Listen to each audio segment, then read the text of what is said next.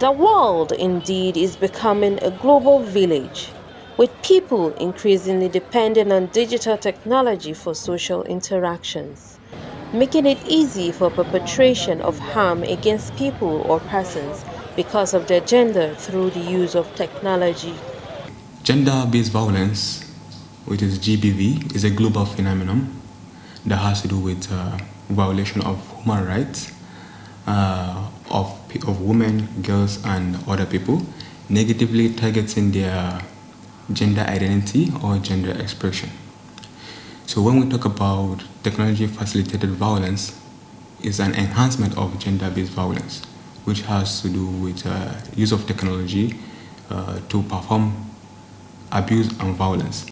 Social media can be said to be the major means with which technology-based gender violence is carried out. Just to explain few of the online violence.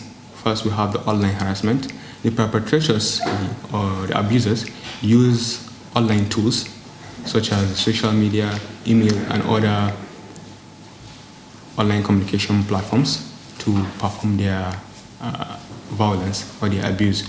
So, using these technologies, the perpetrators can try to threaten their victims. So talking about cyberbullying takes many forms, which include sending of abusive comments, messages to their targets. Lastly, we have the online deepfake AI. So using deepfake AI, technology like AI is a trending technology and emerging technology, which has a lot of benefits. For example, we use AI for assistant to perform day-to-day activities, and the AI can also be misused by the perpetrators, such as the creation of non-consensual images or videos. For example, if someone can just upload your video on this deepfake website, and they try to create a fake image of you, digital version of you. So this have implication both physically and also psychologically. And one major effect is what? Silencing effect. The effects of technology-based gender violence can be devastating to victims. Even the use of language on the social media, it goes a long way in encouraging gender-based violence. People share all sorts of harmful stereotypes about a group of people, about individuals that could lead to this.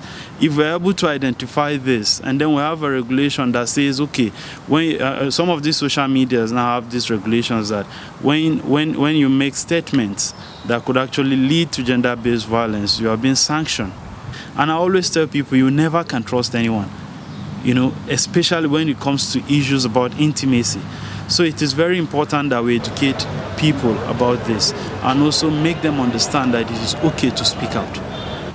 And then society have to stop the stigmatization thing.